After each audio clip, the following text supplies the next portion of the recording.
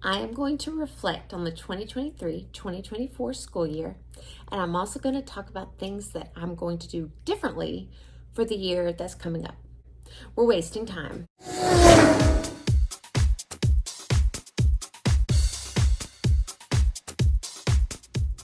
Hello everyone, good morning or good afternoon or good evening, depending on what part of your day you're on. If you haven't been to sleep yet, good evening. And if you just woke up, good morning. Welcome to my channel, or welcome back to my channel. I'm Allie Mack, and I am currently a 7th grade math teacher. If you're new to my channel, hello, how are you? I'm glad you stopped by. And if you're a previous subscriber, oh my gosh, y'all, long time no see. Don't forget to subscribe to my channel. It's super easy. It's just that little bitty button down below. Hit subscribe. I'd really appreciate it. It helps me out. But today's topic is basically reflecting on the school year that we just left. Every time that a school year wraps up and you've done your duties and you've done all the things you're supposed to do, and then it's time to go home, I know myself, and I'm sure I'm not the only one, reflect on what we did, what worked, what didn't work, what we need to change, what we don't need to change, and I'm in the mood to talk about it and reflect on it right now. So I hope you will join me. I'm going to put my makeup on while I talk to you about things that I would like to do differently. And I think the best place to start is from the beginning. So I'm ready if you are. Okay, so I must admit, by the way, I put this on when I was going to school for Halloween one day, and I realized that out of all the things that kept my bangs out of my eyes, this was my favorite thing. So just ignore the big bow with a pumpkin on it. I just like it better than everything else I have. My school district has an extended school year, which means that we get a very short summer break. The idea is that students that are struggling will come and be remediated one of the weeks we're out, and then the other week they'll have their break. Now, by the way, if you hear background noises, I have 2 really precious kitty cats that really want attention, and they've been doing all kinds of stuff to get me to look at them. So I just found to ignore them, and then they will stop. Does that sound familiar? So I started out this school year like on a high. Like I was pumped, I was ready, I was on cloud 9. Because I was honored with Teacher of the Year for my school, which it's about time with all the things and struggles and things I've done. And granted, I know I'm not the best teacher in the world. I know I don't have everything figured out, but I think the people who honored me with it saw how much I had grown, as a person and as a teacher. And then not only did I get Teacher of the Year, I also had the most growth in my district. And it's a huge district. I mean, there's like 600 kids at my school just alone. But anyway, I know I've probably mentioned that before, and I don't mean to keep bragging, but I was on a high. I was like, dude, I'm going to do this year even better. Yeah, I got this. Let's do this. I was pumped. I even wore a tutu to school pretty much the first day. I was ready. And I did all the little things that I started to do. But the children were not the same. And we had been warned that this group was very energetic and very chatty. And so I knew I was going to have some challenges. Now, one thing I did that I was really proud of, I had instructional videos that I made that I showed students the first few days of school. And the idea is that whenever I had a new student come in, they would then watch the videos and basically be trained. They're like training videos, like if you go to a job and you have to watch the training videos. It was going to be basically like that. Now, depending on what we did or what was going on that day or whatever, I didn't always give students, like new students, I didn't always make them watch them. And I didn't check to make sure they understood them. But anyway, this year started out really good. Okay, so for the first 6 weeks, a lot of us were like, what were these people talking about? It was amazing. But then, 6 weeks into the school year, a lot of the students that were on our rosters, that they had removed them from our rosters because they were basically no-shows for the school year. It's like they all showed up at once. And even though I knew that I needed to stop what I was doing and reteach rules and procedures again, because, you know, I learned my lesson after COVID happened, where we would start with such very small class sizes, and then as newer students started trickling in from virtual, then it became all chaotic because we hadn't taught those kids the procedures and all that stuff. I didn't do that. You know why? Because of our pacing guide. And look, every teacher's going to complain about their pacing. They just all are. And ours was no different. But I don't know how your school does this, but this is the only school I've been at that does this. But we have basically exams every 4 weeks, okay? And if, say, you're at my middle school, the kids at the other middle school are going to have the exact same exam. So if I slow down so my kids can grasp the concepts before moving on, which in college, that's what they teach you to do. If I slow down, then that means there's going to be questions on the test that my students have possibly not seen before. So that's kind of a problem. So you're left with a choice. Do I slow down and just say, to heck with it? They still get a test grade for that. That's a 60% grade on stuff they have not seen before. Or do I slow down and make sure they've mastered this skill before moving on? I did the wrong choice, I think. That brings me to the first change. And the first change is that I am going to follow the guidelines that the curriculum that my district chose. I am going to go by those guidelines on how many days I should teach. Now, that's mainly going to be in the very beginning, because I teach, the very first few skills I teach is adding, subtracting, multiplying, and dividing rational numbers.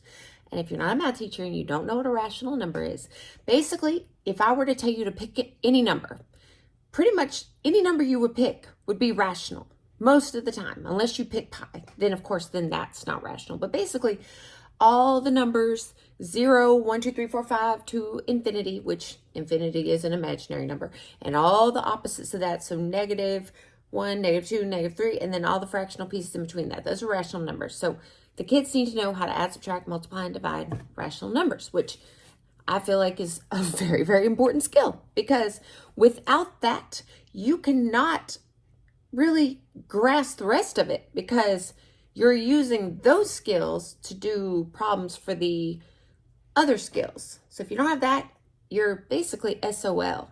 And also, one thing that I have not done a single year that I've been at this school district, and oh, please forgive me for this if you're someone in the district that's watching, but they always say, because I've had a lot of iReady training lately, to do lesson 0. And because our pacing guide always starts with lesson 1 in iReady, I always just skipped lesson 0, because we had set things, housekeeping things that we had to take care of those first few days of school. You know, rules, procedures, handbook, making sure we know how everyone's getting home, all that good stuff. So in my mind, there was really no time to do lesson 0.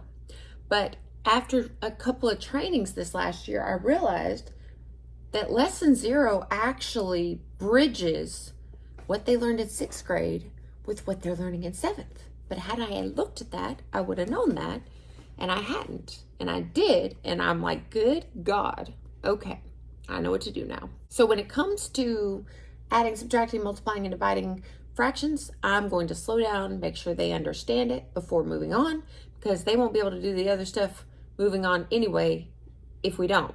But maybe something that I could do to kind of make it where kids can actually see what we're learning is to give them like a, I don't know, like a homework helper with all the skills they're gonna have for this 9 weeks, the first 9 weeks, or each 9 weeks or something. Anyway, it's a work in progress, but that's what I got so far. Back to what I was talking about earlier with when you have new students and you get a whole bunch of them at once, it's good to stop and train everybody again. So I am still going to do the instructional video idea, but I'm also going to make a point to reteach rules and procedures whenever I get new students. And then after the year gets going, then a lot of times my students that I have already will be able to help me tell them, explain the rules and procedures. You know what I mean? Okay, so there's change number 2. And another change that I plan on doing, or I guess I should say going back to, is I used to give homework. And there's debates on this. Like if you check out Twitter, a lot of times the teachers there will say, no, don't give them homework. We need to teach kids to have boundaries, and boundaries meaning, what does everyone say? Don't take work home, right? At least that's what I get told all the time. And because let's face it, I'm a workaholic, and I'll get into that change later. But they'll say, don't bring your work home. And by you giving your students all this homework, then you're kind of teaching them to allow people to be in on their boundaries as far as not bringing work home, or, and all that good stuff. Now, I totally understand that, and I totally see the point. However, math is not a spectator sport. You can't watch someone do math unless you're a genius, which I'm not. You have to do math. You have to practice math. And in fact, I try to tell people, because a lot of times when they find out that you're a math teacher, they'll want you to help them with, say they're going to get their master's degree. So my coworkers, I've had coworkers ask me to help them with math stuff. And I'm sitting there thinking, y'all, the math that I know how to do, I have spent years messing up on it before I finally got it. So you can't expect me to pick up calculus or stuff like that. By the way, college algebra is probably the highest I can go comfortably. But you can't expect me to pick something up like that without having the actual class and the training and the this and the that. So it's if I'm that way, and all the math that I know how to do, I've had to practice. And you know how I practice? By the homework. And then I learned that in college super quickly. If you don't do your homework in a math class, you're more than likely going to fail that math class. But anyway, so I'm going to bring back homework, but I'm also a firm believer that if you are going to assign homework, you must go over it, because that's where I learned. How many times did you do your homework for the night before, and then you go into class and there's a question you just could not solve the answer because the odd problems were in the back of the book? I might be dating myself. But anyway, so, and then when the teacher would go over it, you'd be like, oh, that's how I got it, And not only that, our students just want to know how to get a problem right instantly. They need to know that productive struggle is beautiful, beautiful productive struggle. And I really think that me reworking problems out until I got that answer that was in the back of the book most of the time is the reason why I have this mindset that if I want to get something done, I'm getting it done, and I don't care who's in my way. Get out of my way, I'm doing this, So I feel like math actually taught me how to persevere. I stopped being good at math, I think at the end of middle school or something. I don't know, but I stopped being really good at math, and then my mom did some things and got me back on track. So that's always a good thing, of course. Okay, so another thing that I am going to do differently is, it's kind of going to be mixed and matched. So normally what I do is I put my students in rows, and I do this until I learn their names. That's when I start changing up the desk arrangements based on whatever activities I've had planned. But what I'm going to do this year, I am going to give them plenty of opportunities to talk from the get-go. Because one thing that I learned was, like I said, we had that little honeymoon period. But after the honeymoon period was over, it was they were not letting me talk at all. At all. And I know this was a good bit of it was a classroom management thing, and that is not a lie. But let me tell you where I was coming from. You know how sometimes okay, I'm going to get onto this student and I know that it's going to turn into something that, I don't want it to turn into. It's kind of like I didn't have the fight in me. I didn't have the fight in me to see it through. So it was kind of like if I knew that I wasn't going to hold them accountable because my head was not in a good space, I basically just didn't want to argue with them. Because what ended up happening was whenever I would get all tough, like you'll get in an argument with someone and the person you're arguing with is okay to take it there. Like say, cause a huge scene, say in Walmart, and they don't care who's looking. I'm not that person. And I was kind of like, well, anyway, let's just say it. I actually left one of my classes crying at least 2 or 3 times, and my admin had to sit in there for me because it was like you're trying to be this tough, whatever, and then they're just better at it than you, so they break you down. So I was just like, forget this, and I just didn't want to fight them anymore, So a lot of that was my passive, easygoing, not wanting to fight with them attitude. But bringing it back to what I was saying earlier is probably had I given them a structured way to have conversations and to work on problems and talk about the things that I wanted them to talk about, we might not have had that struggle with talking and wanting people to talk to us, or with talking and wanting the kids to listen to us.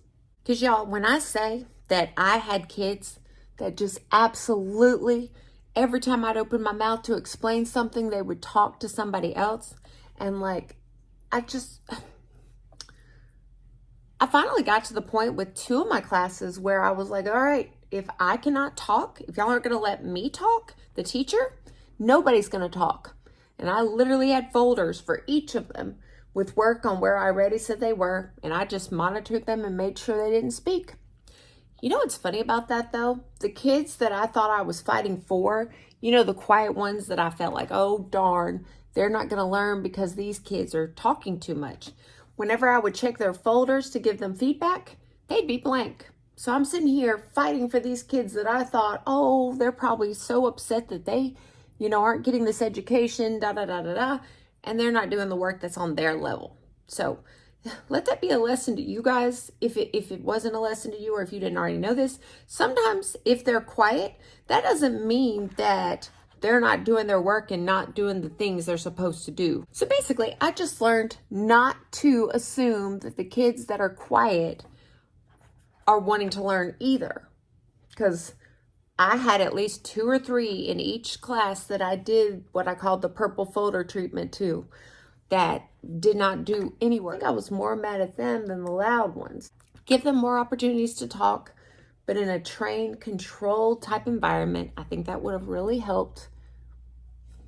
Possibly bring out the talking stems and all that other good stuff. Because I mainly did whole group and guided practice where we were all doing stuff together, and I guess I've always depended on my ability to make a ASS out of myself, and the kids just think it's funny, and I'm just doing stuff so over the top that they look at me and they watch me and they want to see what I'm going to do next.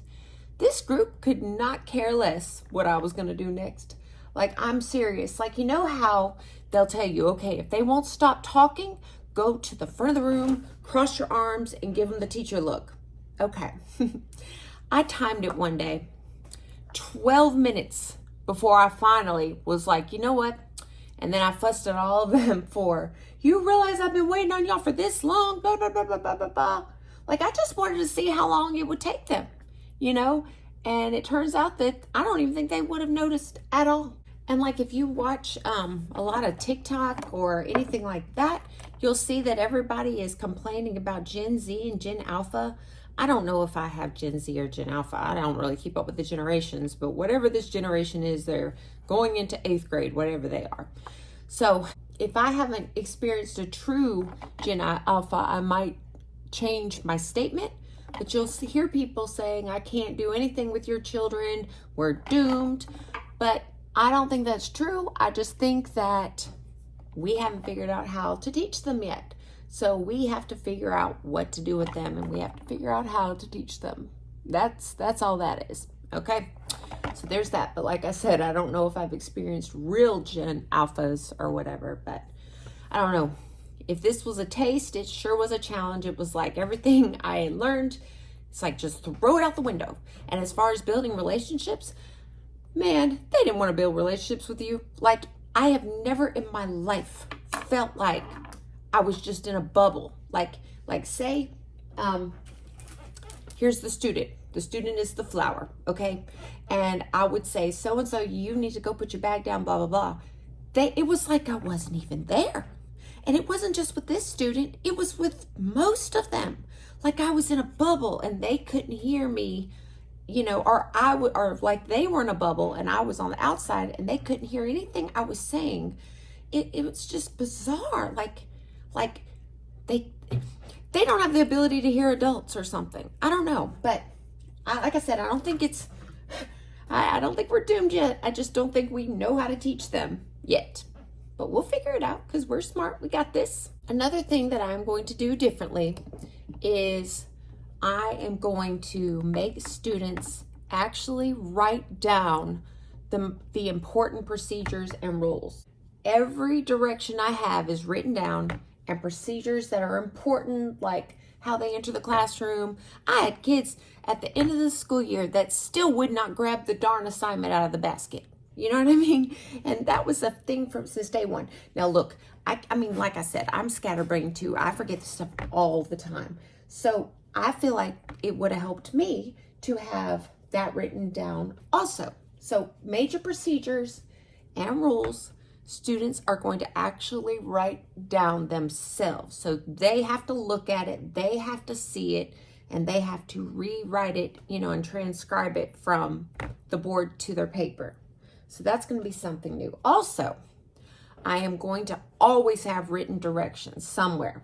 That way I can point to them instead of having to keep repeating myself. And look, I usually do, but they're usually not posted like on a board.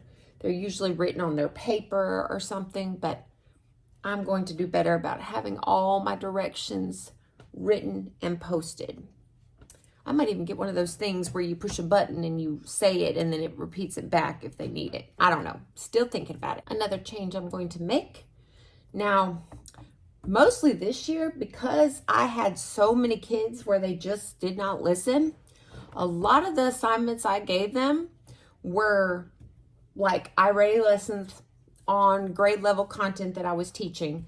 And, you know, I do that anyway, but normally, I only do the one lesson, but I assign multiple ones or ed puzzles. I did a lot of digital stuff because my thing was with this group, for me personally, it was easier to give them something that taught them how to do it individually while I walked around and monitored. Because like I said, I struggled with even getting a word out. So that seemed to work for me, but I don't know how effective it was. Because the kids that actually did ask for help and did want me to explain, they did, I mean, at least I saw improvement in their scores and their data and all that stuff.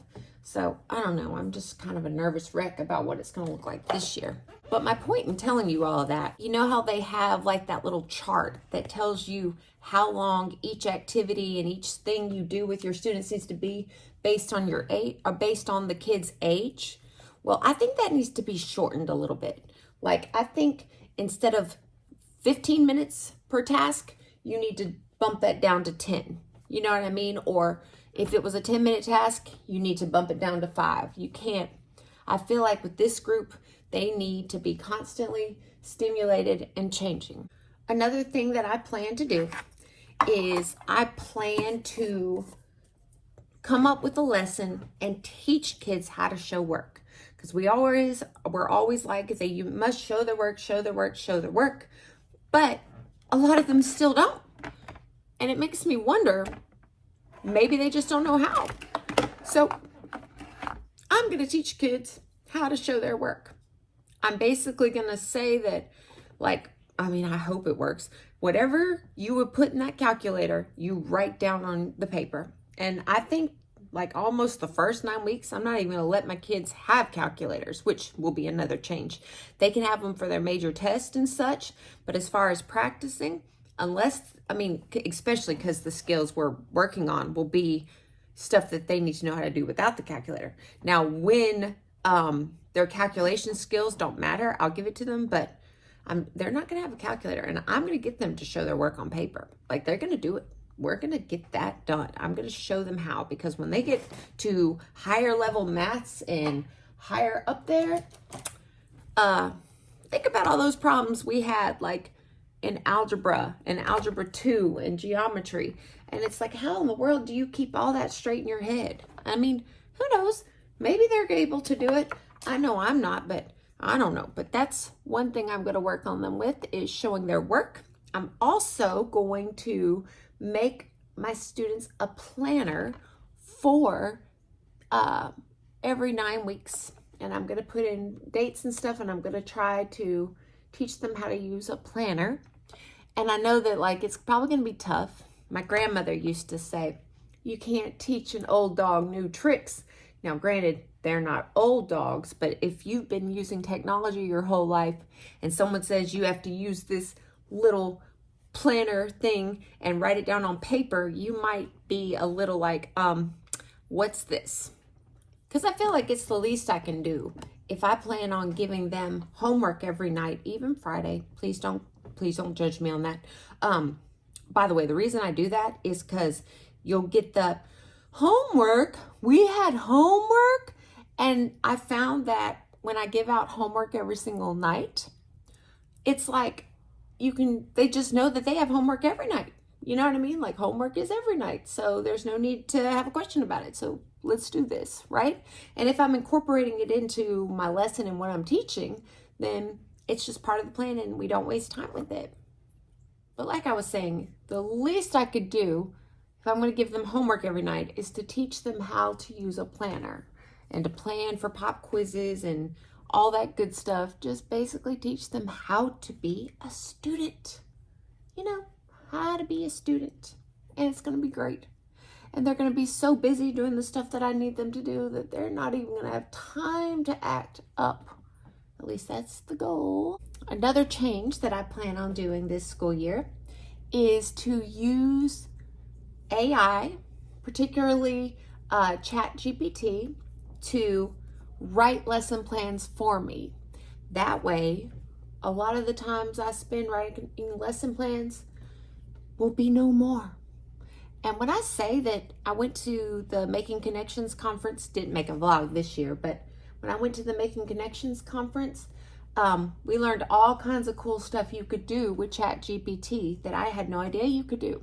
So I am starting to train my little person, my Chat GPT thing, to I've already got it to write lesson plans the way I want to. I've only got to tweak just a couple of things that might need to be tweaked for it to set the standard. But basically, you can upload, at least with the paid version, which is $20 a month, I think, you can upload, say, the lesson plan template that your school requires you to have, and you can tell it to use that template when writing your lesson plans.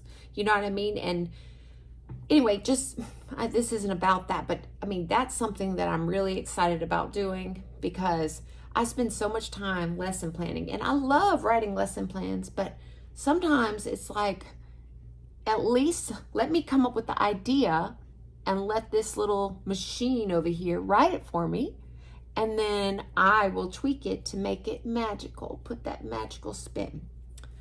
And then another thing, and I said this last year because I went to the same conference and I saw the, I believe it's Whole Schools, and they did this whole thing on art integration. My school, we worked so hard. And I think, though, one thing that would help attendance is if we did integrate the arts into our curriculum.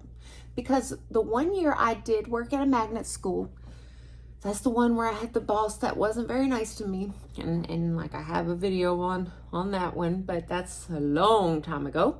But other than that particular principal, the experience was amazing, and I would have stayed there for the rest of my life because I love so much how they did their stuff. Like, I love so much how they got the dance teacher to come and write a lesson with the math teacher or the English teacher, and I loved how the visual arts teacher would come and have them make necklaces out of clay, and then they would talk about their circumference or the formula for whatever. And then I loved it whenever we danced out the transformation. So we were doing single ladies, and we were doing slides, and our translations and rotations, and it was just so much fun. And the kids didn't want to miss because they loved it, and they were afraid of missing out. They were afraid of missing out if they did not come to school.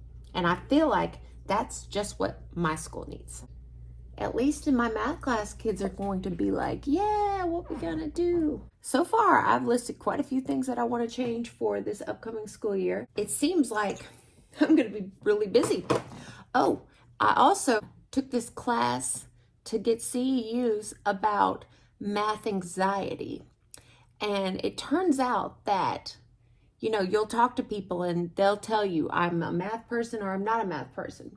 There are no math people and not math people. Everybody can be a math person. But they say that a lot of times people that hate math, they usually have had some kind of experience in elementary school, and guess whose fault it usually is? They say it's usually the teacher's fault if a kid has math anxiety. But basically, whenever you get a panic attack, if you've ever had one of those, it's kind of like that. It's kind of like feeling like you're going to panic when you have to do math type related tasks. And when I say that is real, I know, because my husband, he hates math. His eyes glaze over, and he always tells me to stop talking about math whenever I start trying to explain something that's math related. So it is true, but he can't think of any past trauma or whatever. But I am going to try to convince this new group of students that, or at least the ones that don't like math, that they can be good at math. They can do well and all that good stuff. But I will say this, y'all. One thing that's never happened to me in my entire life is I had students come to me this year that used to brag about how they were good at math, and then when they left me, they said they weren't good at math. So, which is one of the reasons I tend to feel like a failure, because I wasn't able to teach the way I normally teach because I could not get a word in. And yes, there are some things I could have done classroom management wise, but I do know myself very well. And I know that if I would have had the pushback on those days that I should have fought for what I was thinking, I would have ended up leaving the classroom crying more times than just the 2 or 3 I already did. So it was kind of like the lesser of two evils. But I'm not going to let that happen this year. Now, I feel like spending extra time with the rules and not taking anything personal, just treating it like business, because a lot of kids get all upset, but I'm not going to get upset when they get upset, because you knew what was going to happen. I told you exactly what was going to happen if you broke this rule. I'm going to be consistent, and I'm going to do all the things that I'm supposed to do, and I'm going to incorporate as many fun, group, hands-on type activities that they are going to want to participate. So if they end up getting a class timeout or whatever, they're going to be mad at themselves because they don't get to participate in all of the fun. So it's kind of like it goes back to make time in really great. So whenever they're in timeout, it's not so great. Main question I need to know is, who is the biggest attention seeker in this bunch? And they are going to have to be my best friend, because I have never in my entire life seen certain children do certain things for attention. And I can't mention any of them here right now. Now, I will in a future video, but like this group is way too new out, and I'm afraid like if one of them finds my channel and knows I'm talking about that classmate, they will tell, but I'll have to wait. But just, you would not even believe, you would not believe some of the things these children would do for attention. Like, I have never seen it so much. And like, normally you think, oh, they don't get enough hugs at home. But these children were coming from families with loving parents who took good care of them, made sure they had everything they needed. And it's like, how in the world do you act like this? You know what I mean? Like, what, like, and even to this day, I don't even know what I will do to handle them again. Like, I still am scratching my head because I've never seen that extreme of a behavior, you know? So I will research my kids again and figure out who the biggest attention seekers are. I'm probably not going to give out the Howard Gardner's multiple intelligences this year. And let me tell you why. Because I plan to teach to all the learning styles, all the intelligences, the musical, the spatial, the naturalist, all of them. And so therefore I don't need to know what their learning style is, because I want to challenge myself to hit all of them. So that's the plan for that. If I come up with a good solution on how to handle this attention-seeking behavior, I'll be sure and let you know. Because like I said, I've never seen anything that extreme before in my life. But also with that said, every student that I like served this school year, they all were very lovely in their unique and amazing ways. You know what I mean? They all had something special about them. And just like any class that is considered bad, the class might be bad, but the individual students were like angels and like really good people. They had many of them had a strong support system, which I haven't seen in a little while, you know, as far as that many parents willing to come up and help the teachers get their child right back on track. Also, I was surprised at the amount of students that actually wanted me to give them homework. So I'm back on the homework topic. Like, there were kids that actually wanted me to give them homework so they could practice, you know. And then of course there was the, hey, can I get extra credit for X, Y, and Z? And it's like, you have not done a single assignment that I've asked you to do all year.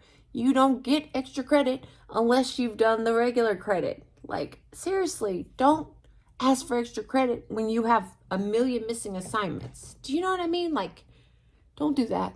You know how I said earlier in the video that I always just depended on my my bubbly personality and doing stuff that kids find funny, whether they're laughing at me or with me.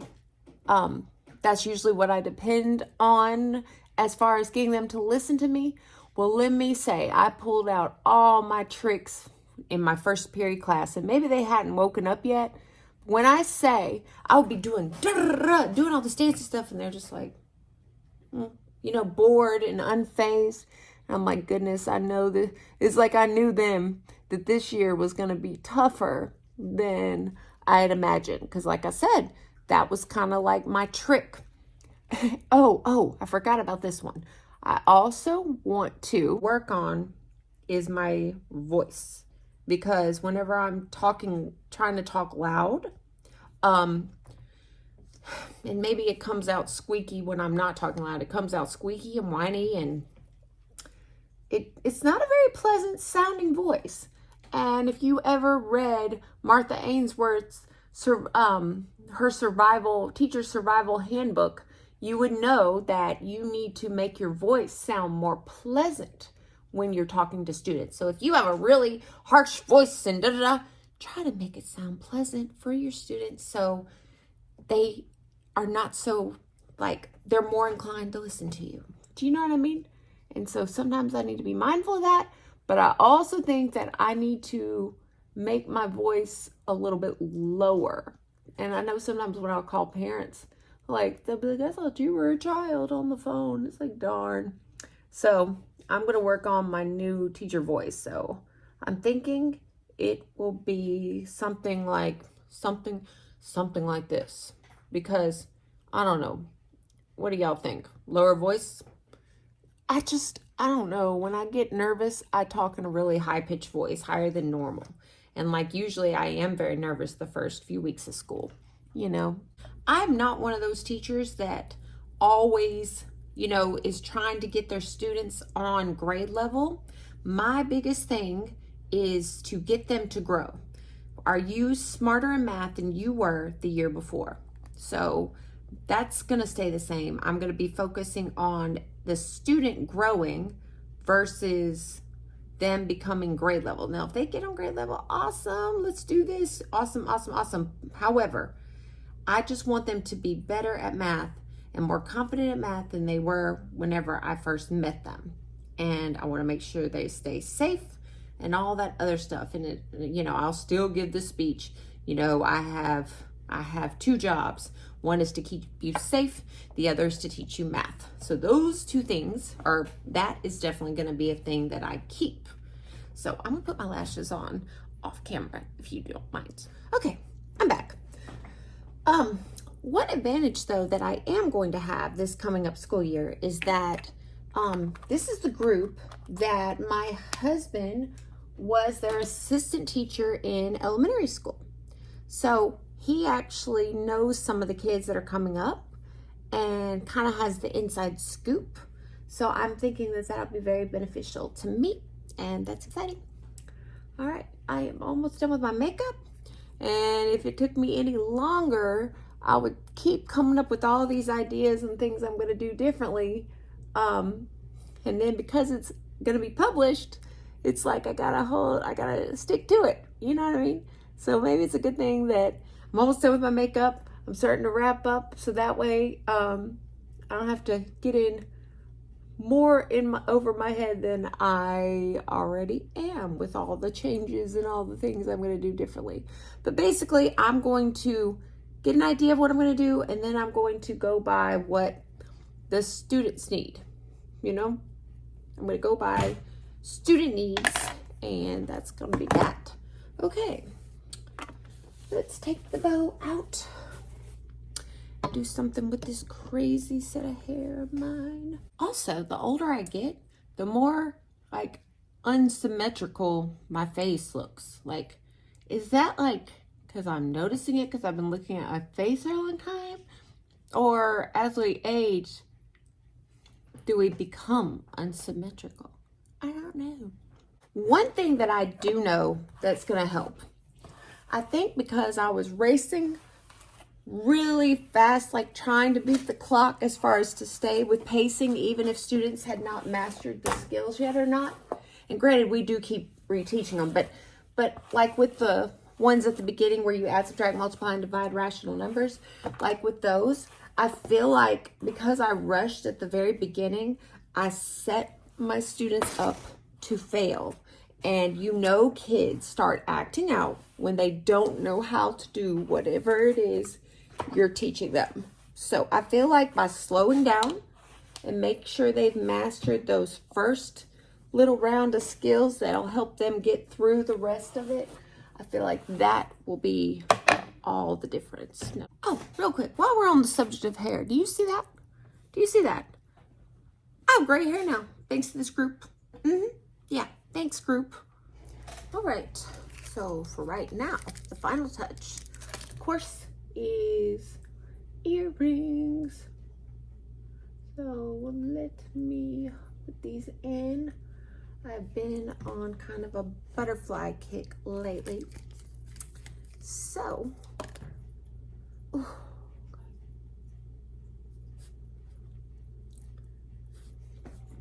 here we go. All right, that is it for this video. If you found it helpful, informative, or even entertaining, please like, share, and subscribe. Comment below a butterfly emoji. Comment below a butterfly emoji. Or you can be brave and tell me what you plan on doing to change for this coming up school year. You guys have the best day ever. And I'll see you in my next video. Bye-bye.